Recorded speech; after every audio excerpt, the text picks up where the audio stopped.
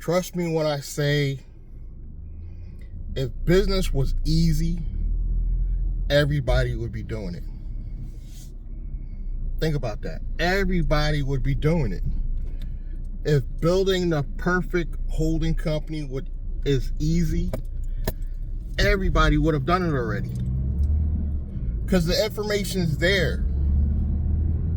The information is out there. Like a lot of you people that hate in the comments, what's the first thing you say? The information is free. The information is free. If you really dig and you really pay attention, the information to build the absolute perfect business is there for free. You don't even need to take a course. But I'll tell you what the right course will do for you. This is why I don't hate on courses. The right course from the right person will save you a lot of time and headaches. And don't get me wrong, I haven't found that perfect course yet either. But I know from just trial by error and the things I have picked up from some courses, it's just this, I haven't found the all-in-one course that does it all. Sometimes you got to get bits and pieces from other people, other organizations. But I do believe the information is there. I believe the information is out there. I believe the information out there for the perfect business is out there. But like I said, if business was easy, everybody would be doing it. Everybody would be successful. We all be getting money, regardless of the economy, regardless of the administration. But I want to share into my journey because this is particularly for the haters. You might have to fail before you get it right. I've set up LLCs, I've set up corporations. I failed over and over and over and over, and I still haven't got it right to the level that I want to be at. I'm making money, but I'm not the level I want to get to where I can say, yes, I finally made it. And I made a lot of mistakes. Particularly in network marketing. I'm not saying network marketing is all a scam. It's not. There's some good companies out there that have been around 20, even 30 years. So there is some good companies. I've had probably my longest success with just affiliate marketing. Plain old school affiliate marketing. I have my most success with the channels, just referring different companies, because I'm not monetized yet. I literally have like 6 YouTube channels. I actively post on 5, and the most success and longevity I've had in the 7, I think it's been about 7, maybe 8 years even on YouTube. Not monetized, mind you. I've had my most success with affiliate marketing. And I think going forward, that's probably going to continue to be the case. Currently, I am an Uber and Lyft driver. Every year I say it's my last year, so I'm not even going to say it again. But I really feel like rideshare is over in 5 years, so 2030, so we won't even have a choice in the matter. So I think rideshare will be completely dead, with the autonomy, and not necessarily Tesla. I said in a previous video, I think Tesla is going to take things to the next level. The competitors now are making some money. I saw a Cadillac, a EV Cadillac, and it was luxury. Way better than any Tesla out there. And it probably has more range. Obviously, the Chinese got Tesla beat, but with the current administration, I don't think we're going to see any Chinese EVs over here anytime soon. I just don't see it. But the Chinese, I hear, I forget the name of the company. I want to say it's BY something, BYD or BY something. It's like 3 letters. And they're killing Tesla and other countries. So technology is moving. So that's going to help us. But back to business, I think the only way you're going to make it is you got to have drive and ambition. Obviously, if you've been watching me for over a year, you see that I have drive and ambition, if nothing else. I made a lot of mistakes. You could die trying to learn how to build the perfect company. RIP Troy Mason. You saw it with Troy. Troy was one of my first experiences with network marketing. Later, he tried to change it to affiliate marketing, but I watched Troy. He was a few years older than me, but I watched Troy over and over and over and over try to build a perfect company, and he just died recently. That's why I said RIP.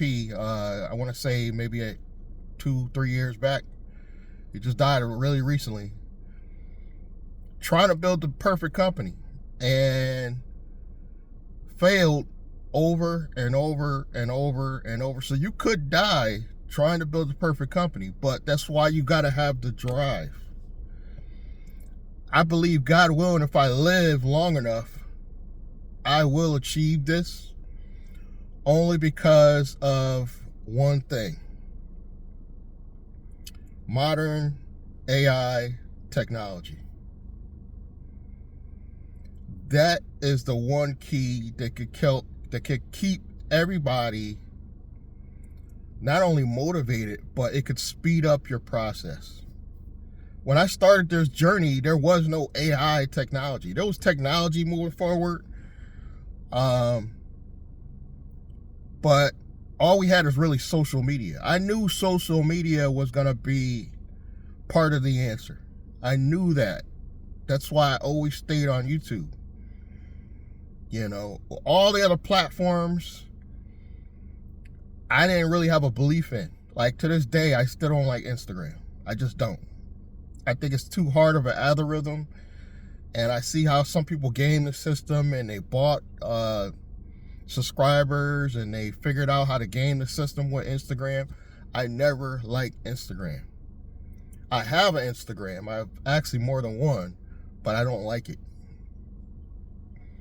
It wasn't until like TikTok that I actually started doing short form as well as long form, but I still believe YouTube is king. So I knew the equation of building the perfect, particularly holding company, was going to include social media. But it wasn't until AI technology, and I keep saying it was the pandemic, but it wasn't during the pandemic. It was actually after the pandemic. ChatGPT launched in sometime 2022, and it changed my whole outlook on business. It really did. It changed my whole vision. It changed my whole outlook on how I think about business. And I truly believe with a combination of AI technology and social media, it could be a fair plan for everybody to have a successful holding company and operating company at some point in your life. God willing, you live long enough. So if you're 30, under 30, get started. Get started. And life is not promised to any of us. I know you guys think all these old heads talking about death, and you could die tomorrow and be 20 years old. All I'm saying is get started. And I notice young people, they don't have the patience and motivation. That's why people over 40 in their 50s are killing it on YouTube. Because if nothing else, even though we're going to die sooner, we have more patience than the younger people under 30. Go figure. If you don't believe me, just go to YouTube, type in starting a business over 40, and you will see people in their 40s, 50s, even 60s killing it on YouTube. Because we have the drive, motivation, and we have the patience. And now guess what? We have AI technology. And that's another thing. If you're over 40 and you're not learning about AI technology, you're going to lose. You're going to lose this game in business. You're going to lose. You need to start dabbling with every AI platform out there. And Glendon, before he disappeared, Glendon Cameron, before he left the internet, or did he? He could be using AI technology. But before he started using his face and disappeared, he started saying this, and then he got away from it for whatever reason. He was starting to use Midjourney and all these other platforms. And Midjourney's not even needed anymore, by the way. ChatGPT, Gemini, Claude, they're all coming out with their own integration where you could do their pics and it not be copyrighted, and do the pictures and edit them. AI technology has made it easier for everybody. They really did. Now, a little bit about me. I've been out here for a long time. I do have a holding company. It wasn't set up right. That's what I'm saying about trial by error. You got to get out here. You got to try things. I've had several companies before this one, but this is probably the longest company I've had in a while. I've had this holding company for about, I want to say, since before the pandemic, technically, if I'm not mistaken. Or during, I set it up. During the pandemic, I set it up. I want to say around 2020, somewhere around there, 2021. And that's just for my affiliate marketing stuff. I do have one guy that I'm renting a room to. He pays me through PayPal, which goes to that. And my account's in Navy Federal. I didn't burn my bridges with them yet. But I set it up wrong because I went to this guy. For those of you who've been on the YouTube streets, I went to this guy. His name was E. Dean Cole. And E. Dean Cole, what attracted me to E. Dean Cole is he attracted me because he gave me an answer that people like Glendon Cameron would never give me. They would say, start a holding company. Start a holding company. But E. Dean Cole gave me, I always thought, why won't Glendon tell us exactly what kind of business to start? Because you can't just start a holding company. It has to have a purpose. When you walk in the bank and the bank asks, what do? You need a purpose of your company. And it wasn't until E. Dean Cole that he started talking about a management company and using the NAICS code of management. So that attracted me to him. But what I learned later is from another company, that management company isn't actually in the banks. When you go to open a bank account, they don't have a category for a management company. So it's kind of vague. Same thing with business services. It's too vague. So they're going to pick a code for you within the bank. And when you go open a bank account at different places, they're all going to have a different code for what you actually do. So it wasn't until Credit Suite, which the only thing they admitted they did wrong was naming their business wrong, because you should never put a high-risk name like credit in your business name for obvious reasons. But the NAICS code that they chose, that is the software publisher, it's low risk, and it could be used for any online businesses. That's what clicked. The light bulb clicked, and I was like, yeah. And I've always had a fascination for wanting to do mainly an online business. Obviously, my other passion is transportation, and we're going to get into that in a minute. But the key with all this and building the perfect business or holding company is to have the lowest risk code. Now, you don't actually need to start a holding company. You just need to start a company. It could be an operational company, period. It could be you just got to get started. A lot of you been watching me for years. You've been watching other people for years, and you never got started. You just got to get started. And ironically, the reason why I know all this, eating cold didn't break down that you got to pick something specific. When you go in the bank, they actually have a category for software publisher. That's why. So every bank you go to, they'll have the same code, which keeps everything the same everywhere you go, which is key to the right business credit later, if that makes sense. And the reason why I knew this, I picked a management company code for my original holding company, the Navy Federal, and they still asked me, well, what do you do? We don't have anything in the categories for a management company. And they went down a list, and software publisher, I noticed, was on the list. So I was like, yeah, that's the one.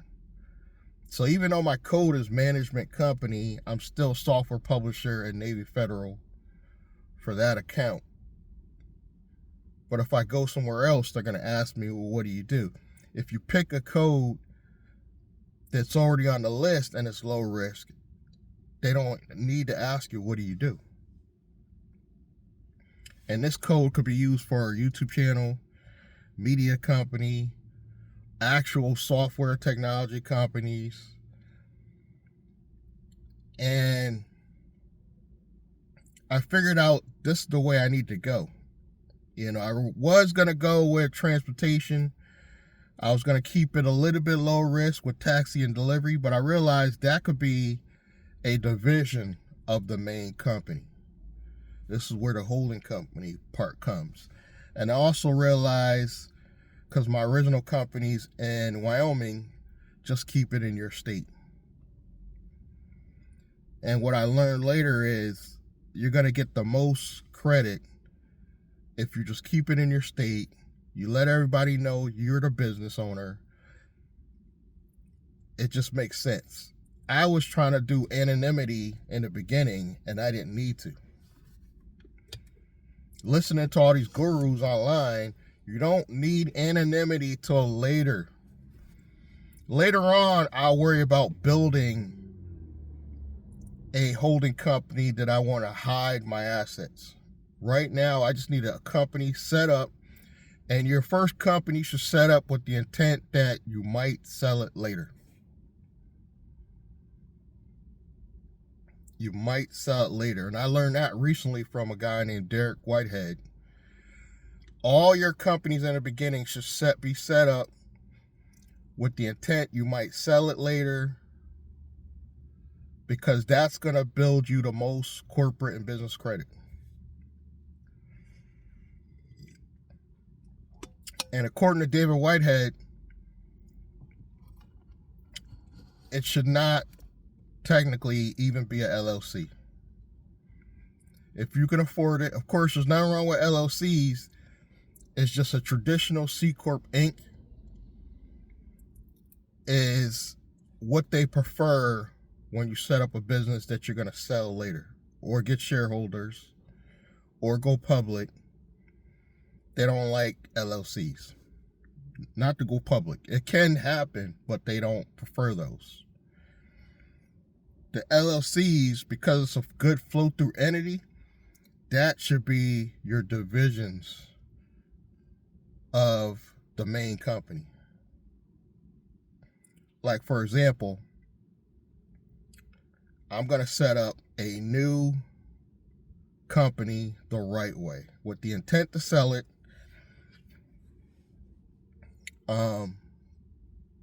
With the intent to sell it later, if possible. If not, sell it, go public. But that's how I'm going to set it up. I'm going to do is make it a software publisher company, and I'll have a division of that company where I'll put all the transportation stuff, the cars, stuff like that. And later, I probably would have another holding company for anonymity, meaning that could be an LLC. And there's other reasons for that. That could be an LLC because you don't want anybody to know you own that. And you're not building that to build corporate credit even. That's to hide assets. But right now, you should be focusing on set up your first holding company with the intent to fund everything through that first. Then worry about divisions and other companies later of what you actually want to do. This should be set up low risk, fund it any way you can. And one of the things, or one of my goals, is I want to show people that you could fund this with gig economy. And then later, obviously, I'll set up the division and buy the cars through a baby company or sub company, LLC, owned by this main company. And the purpose of why the main company owns it is going to make that main company more valuable, and it's going to build up more corporate credit and liability reasons. You want a separate LLC, obviously, with the cars, so if it gets sued or anything like that, it's separate from the main company. Once you start making money, getting the big assets, the houses, the more expensive cars, I would say, like, $100,000 cars, that should be owned by a anonymity holding company with a baby company under that. That will be a separate thing down the line. Obviously, your houses will be in separate LLCs owned by that holding company. And then that holding company should be owned by your living trust, if that makes sense. This is all the stuff I'm learning. This is years of learning the game from different people, and they not all having it right necessarily. And even lawyers. Different lawyers have different perspectives on the holding company, even. I'm learning.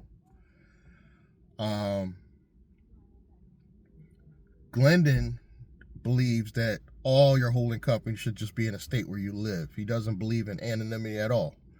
But yeah, I check out this law firm, and they believe that, yes, you should have a separate holding company with anonymity. You shouldn't even have a personal bank account. They're saying that your personal money should go in that holding company. So if you get sued, what do you have? You have nothing. Your paycheck and everything should either go to your trust or your holding company. So you have nothing. You personally have nothing in the future. That's the way the law firm was breaking it down.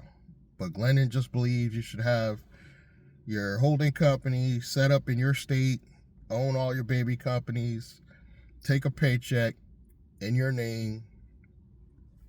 So everybody has a different theory. The only thing I didn't like about what David Whitehead was talking about is the shelf corporations, buying the shelf corporations. And Credit Suisse was saying that there's too much risk to doing that, because sometimes they come with liens. You're buying them from shady people. And I have to agree with Credit Suite on that one. Don't buy shelf. I think you should just start over with a brand new company. If you did it wrong, even keep that company. Like, even though my original holding company was set up by E.D. Cole, I'm not shutting it down, because that could play a part later. That could get me some, in a sense, that's a shelf corp for me that I know don't have liens. All I got to do is get caught up on my taxes with that one, and I have a company that's over 3 years old. So that'll come into play later. But I think if you made some mistakes, start over fresh. Set up your new corporation. Should be C Corp if you plan on either taking off shareholders or selling it later. Set it up in your state. This the one you want to build the most. This is the one I want to build the most corporate and business credit in my lifetime. This should be that one. And truthfully, I don't want to sell it, but you need to set it up that way. Even if I sell it, I want to be essentially like Elon Musk and own the most shares, so I can never be kicked out, in a sense. I don't need to be the CEO, but I never want to be kicked out per se. You know, I want to be able to sell it and still be invested in the company. So I'll always be a shareholder and a director. But that's how you should set it up, with the intention that you might sell it later, or even fail. Even if you fail, I believe you should do that. I think it's called 1244 stock loss treatment. In case the company goes bankrupt, you're able to get out and not owe anything. You got to talk to your law firm about that one. Low risk code, we got that. Low risk business name, don't name it after yourself. Can be similar to your name, but different. A shorter name as possible, which I've got. Check, I got that one. In your state, in your city even, if you can, meaning your local business address should be a real business address that you can access your mail locally. I made that mistake in the past where I had different virtual addresses, like iPostal, that they were in different states and stuff. No, this needs to be mail at a real business address, like a Regis, where you can walk in, pick up your mail. And I believe you should have the registered agent. I don't believe you should be your own registered agent, for reasons that if something happens, somebody tries to sue you or anything like that, it should go to the registered agent. The registered agent should inform you what to do next. And you don't need a lawyer anymore for this stuff. It's actually cheaper if you go to like a company called Busy, which is now Inkfile. I heard another one called Taylor Brands. There's so many companies out there now, and some of them you can refer out to your people that watch your channel. So you get the referral, which I will be doing. You should definitely have the domain. Your email domain should match. Your website and your email should match. info@yourwebsite.com. Always pick a .com, in my opinion. The website doesn't have to be fancy. Doesn't have to be. You just got to have that domain match. And the domain should be something relative to what your code is. Like a software publisher, I like that one because easy, because you can even have a website with like video content and it still work. You know, we teach people through video about how to set up businesses with AI technology and social media. It works. Boom. You can literally take them to a domain with just video content.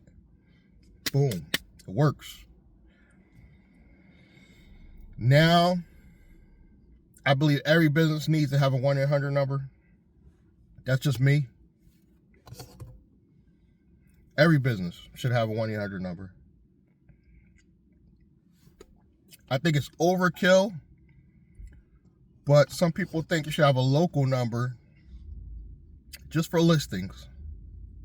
Like you want to list it with Google and Yelp and all that. List your local number as well as your 1-800 number. Never a cell phone. The key is with the 1-800 number though, what I like, all these services now have 1-800 numbers that link back to your cell phone. So now you can have I would have a designated cell phone, call out, and when you call out, it actually comes up on their caller ID as the business name and number. I love that. I absolutely love that. So that part's easy nowadays.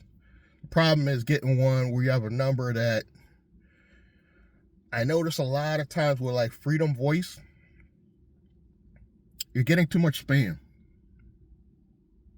Spam meaning that you're getting these people calling you or you don't know where they're calling from. It's too much.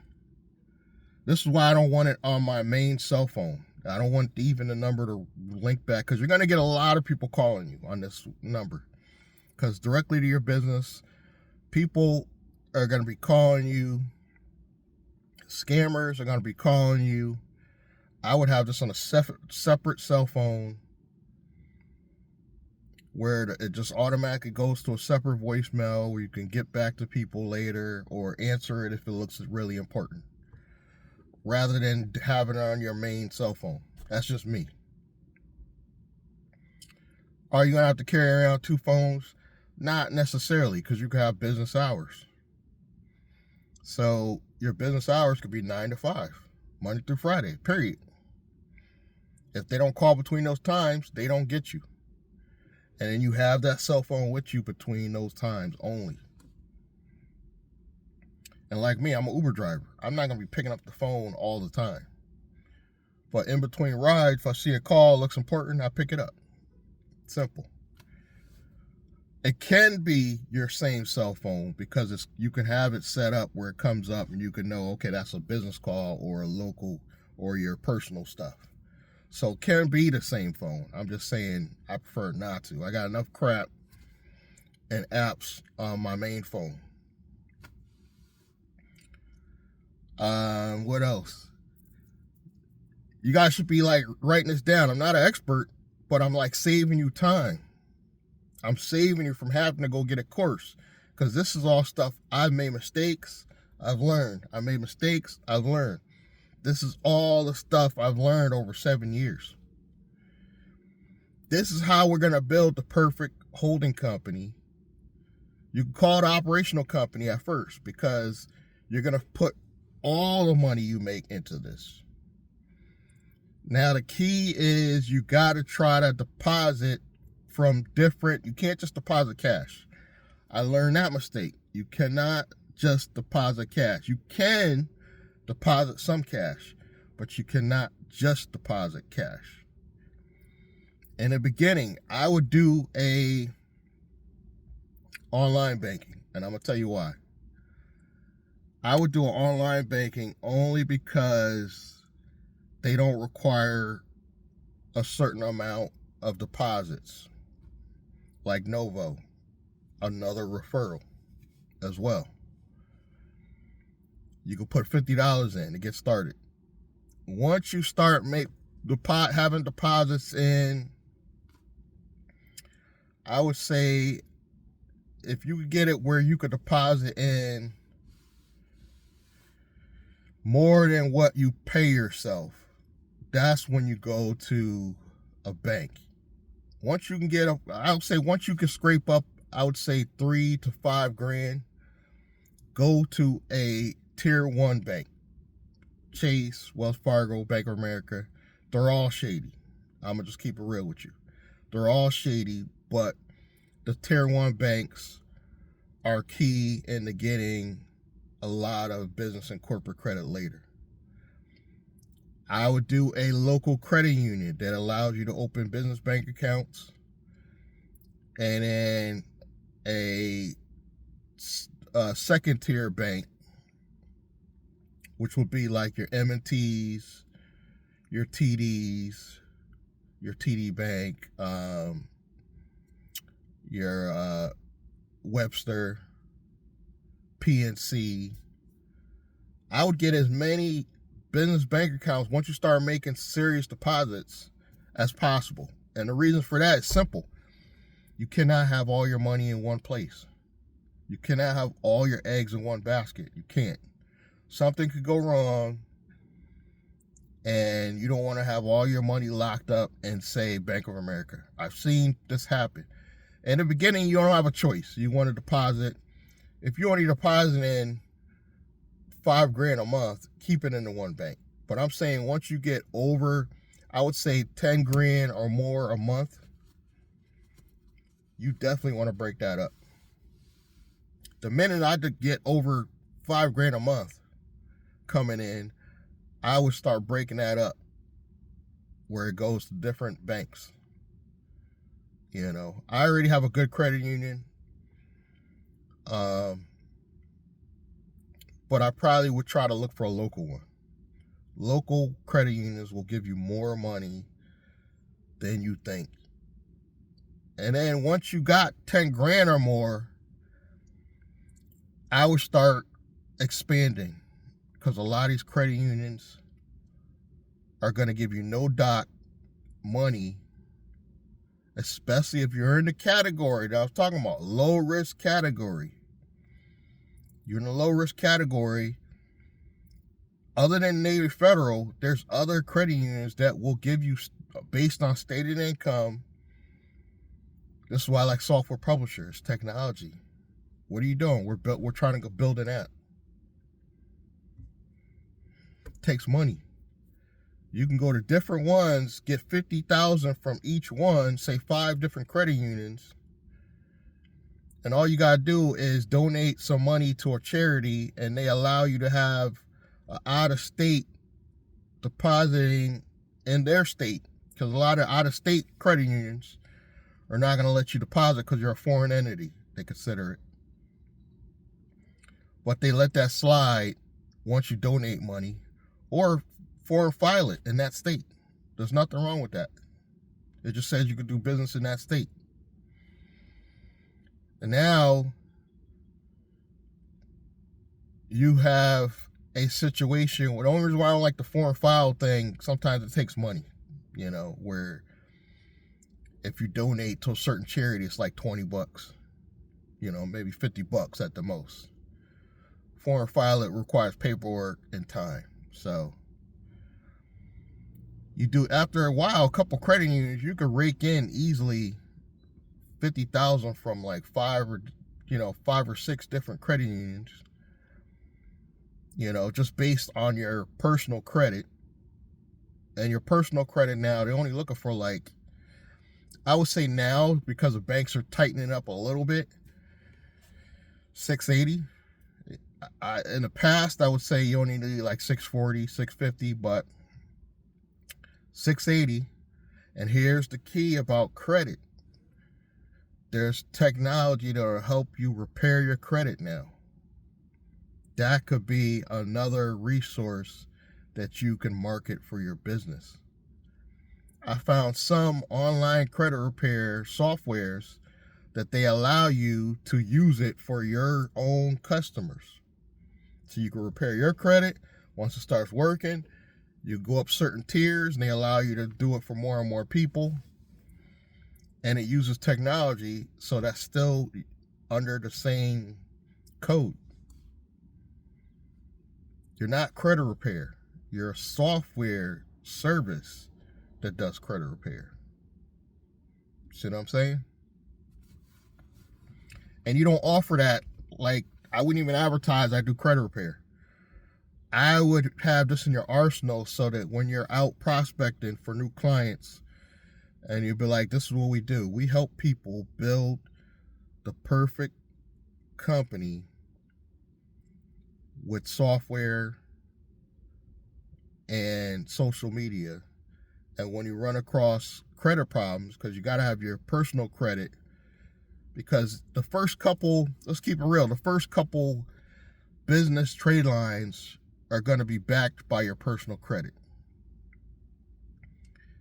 And another thing I didn't do in the past, you got to track which ones are going to use your Experian, Equifax, or TransUnion. Because I made the mistake of going to too many banks that were pulling from my Experian, and it tanked my score, where if I could have just went to, okay, these two banks are going to do Experian. So you go to the one that's going to go to just TransUnion, and then the Equifax, they don't see the other ones. You know, you can go all at the same time for all three. Now you're going to get more credit.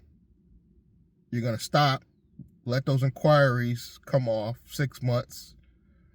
I would say minimum 6 months before you go apply for more. At some point, you're going to build a business profile big enough so you don't even have to guarantee anymore. And it's going to happen sooner with car loans. I would say after your first big car loan, you'll be able to go to like Chevy, Toyota, definitely Hyundai, and literally just be like, yeah, this is going to be a commercial loan or lease. And you're going to get it like that because you're going to see like all these trade lines from your business and you're paying them on time. You could take those cars, set up your division. You could buy them with your credit from your main company, but you could put the cars, register the cars in the LLC, that's the division, and now you have the money for your transportation company making money. It's going to pay back money up to the main company so it could pay off those loans, and then keep some money in the operational company to keep it going, you know, for repairs and whatever else. That's what really made me think I was doing this wrong the whole time in the beginning. I was just thinking about setting up a company for anonymity. It's not about that. Don't worry about the anonymity. Like that definitely comes later. Later, once you got something, real estate, expensive cars, you need to be thinking about your trust anyway. I would say at that point, I would go to a real law firm. And I could suggest a couple if you come to me. You can literally email me, and if you have the money, I could suggest 2 really big law firms. It is going to take some money. It's going to take probably a few $1,000s, but it'll be set up right, legal and right. Set up your trust and set up your new holding company to hide assets owned by your trust. You know, obviously your trust is going to have assets too, but that should just be like your main big assets, like your personal home. Maybe you got one expensive personal car. Everything else should be going to under your main holding company, but not directly. The main holding company is just going to own smaller LLCs that own different properties, different businesses. And that new holding company is then when you start buying companies, it's going to be owned by that company. Not this company you're trying to build for credit. This should be totally separate. This company you're building up for credit should be something you're thinking about taking on investors or selling and staying on the board if possible. staying on the board and staying an investor for the rest of your life, if possible. But you should always have later set up your trust in that holding company. And when you sell this business, where the money go? To that holding company you got that's set up with anonymity. So now you got the funds going there. That main holding company you're hiding doesn't even have to pay you a paycheck, because you got this one you sold that if you're, as long as you remain in the company, like I'll remain active in the company as an employee even, and still get a paycheck. This is how we got to start thinking. We got to start thinking bigger as black people. And hopefully this company I'm going to build is going to be the proof to show other people, number one, I could do it, and number two, how to do it, and number three, you're going to want to partner with me because I'm showing you how we did it. And all it takes is that one client to give you all the proof for the next client, and then the next client, and then the next client, and you're repairing all these people credit with the software.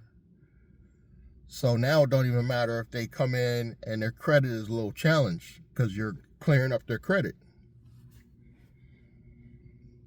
And some of them might want to just do credit repair, set up a software company and just, that's their money. They're coming from the credit repair.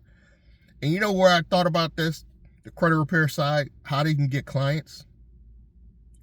If you're one of these people and you have your little tax business, like you're one of these people, you have a Liberty tax store. Because tax stores, you really aren't making money all year round. But if you incorporate, we have this software that repairs your credit. If you just introduce this one little thing, it could bring you in an extra $20,000 to $50,000 a year for a tax company. And then that tax company, because you already got things set up, you could move to the next stage, which is set up your company for anonymity, because you already have the tax business. You could start thinking about your living trust and setting up that extra company for your anonymity. And a lot of people want to do taxes. So that could be one of your first companies. Set up your company under a low risk code, because again, taxes are not, in my opinion, high risk, but they're not low risk either. So I would set up the company and make the tax service a division, but put the money in, start doing tax for people under the main company, and just start depositing that money in. Once you get that $5,000 a month coming in, then you can start setting up your division, say where it says does taxes. Trucking, I would never set it up where it does trucking, but you might want a division set up for taxi and delivery and still do trucking under that sub company. The possibilities are endless, but particularly us as minorities, we got to start thinking bigger. We got to stop thinking about just doing, like, for example, some people can't get past even just doing Uber and Lyft. You could literally set up an LLC or even a corporation, fund it with gig economy, and do all this stuff. That's what I'm doing. I'm going to obviously fund it with different gig jobs. I'm going to have them pay this new company once it's set up directly, and only Uber and Lyft are the banks going to think, okay, you're getting paid from Uber and Lyft. So they might think, yeah, you're just doing taxi and delivery. But these other companies, they're not going to know that. it's only Uber and Lyft. I wouldn't focus on Uber and Lyft so much. Uber and Lyft, if you have to, just have it go to your name and deposit the cash. And then have these other companies. There's a lot of delivery companies.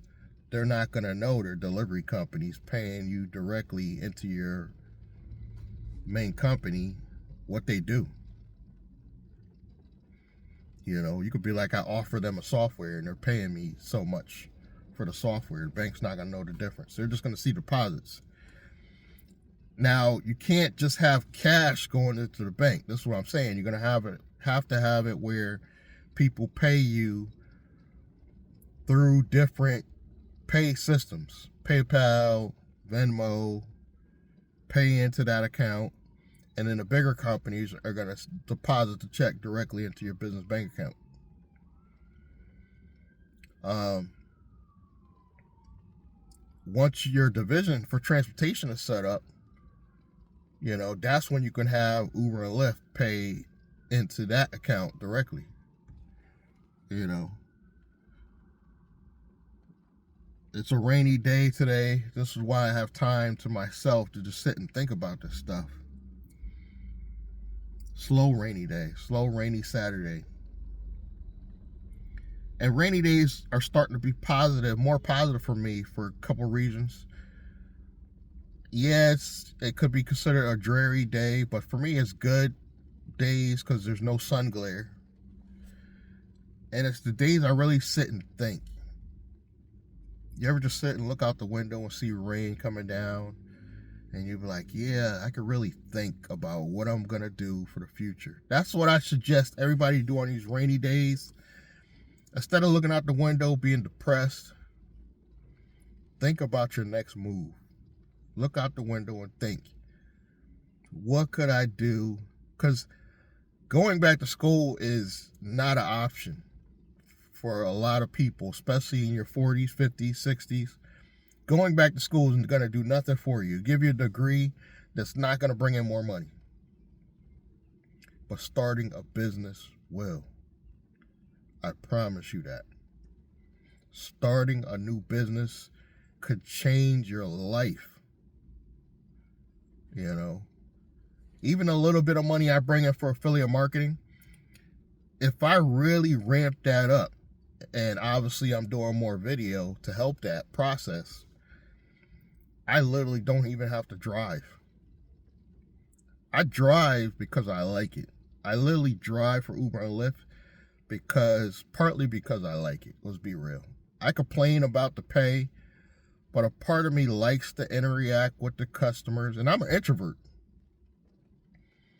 I like when people are behind me and I'm not directly in their face, and we could talk about different things about life. And it's flexible. I can get on and off the app when I want. So driving for gigs are not the end of the world, especially if you got a vision for the future.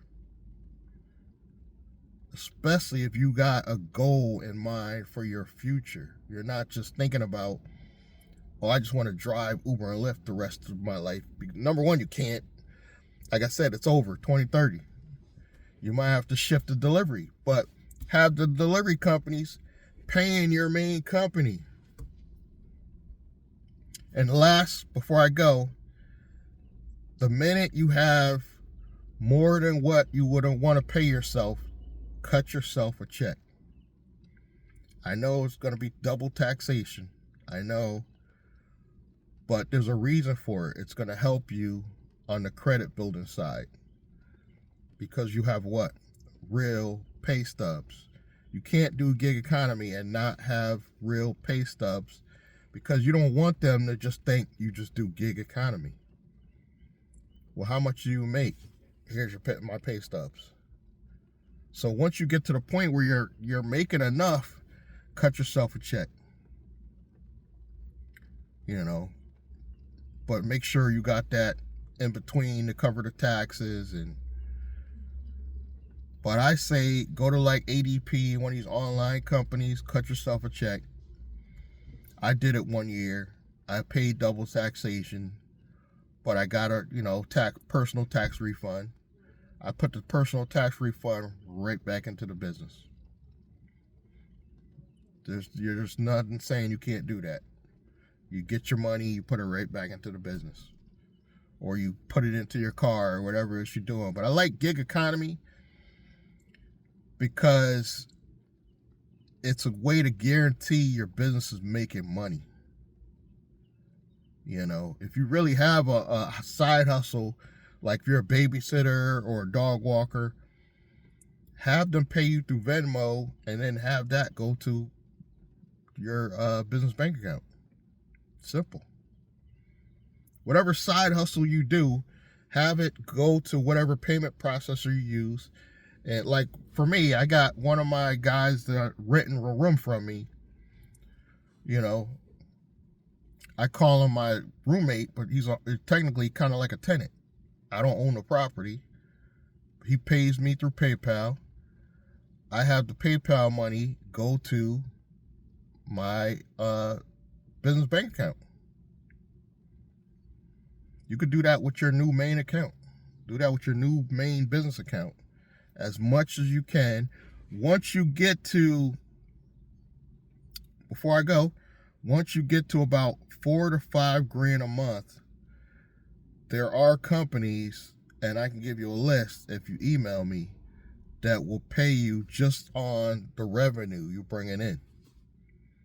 They don't even care about your credit. You can get $10,000 to $20,000 to put back into your business just based on business activity. Now they're a little bit higher interest, so I don't try not to, unless you really need those. Like if you were going to go buy a car to drive for one of these gig companies, I could see how it might be worth it because you're going to make the money to pay the money back. Might be worth it. Might be worth it. You know. And then a lot of these companies like what is it? Like the Intuit app that like tracks your miles and your expenses for your business. They will base it on your revenue. They'll loan you money based on your revenue. PayPal will give you a loan based on your revenue. So I would use those loans last minute, like you really have no other source of income. I would try to base it on your credit, your personal credit. I know TD Bank had a business offering where if you already had a relationship with them, no doc, they could give you up to $100,000, no docs. Now, if you had $4 to $5 grand a month going in your business bank account in TD, they could give you $50,000 to $100,000 for your business, and say your credit score is 680, like that, just on stated income. And the stated income would be real because they see you have a track history of deposits, and it's not just cash. You know, so to me, I have the vision now, and I understand what I got to do. And like I said, I'm not perfect. I made a lot of mistakes, but you got to get out here and fail sometimes just to learn. You know, I failed over and over and over and over and over, but I'm starting to learn. I'm starting to finally learn. I'm starting to finally make money outside of just gig economy. I'm starting to finally make some money. It's small money, not gonna lie to you, but it's money that I can ramp up using social media and what else? AI technology. And the beauty is, one day I'll be able to walk into the bank with confidence, say, Chase, open a business bank account. And what do? Software publisher. I'll have a license. I'll have a beautiful website talking about this stuff. This video could be on there talking about this stuff. We have a business where we can help anybody start a successful company using AI technology and social media. Here's a website. Here's a license. On stated income, we need $100,000 to help build our app. There you go. Deposited it 2 days later. Some of them are going to be able to do soft pulls. The TD one, if I'm not mistaken, I think it was a soft pull. Even better. Even if they got a hard pull you're only going to do those like every 6 months. You're not going to do it all the time. This is why I say AI technology is going to change the game for everyone that's trying to start a new business. Thank you guys for your time. Thank you for listening. If you want more videos like this, subscribe, like, comment, and I'm going to see you guys in the next one. Thank you.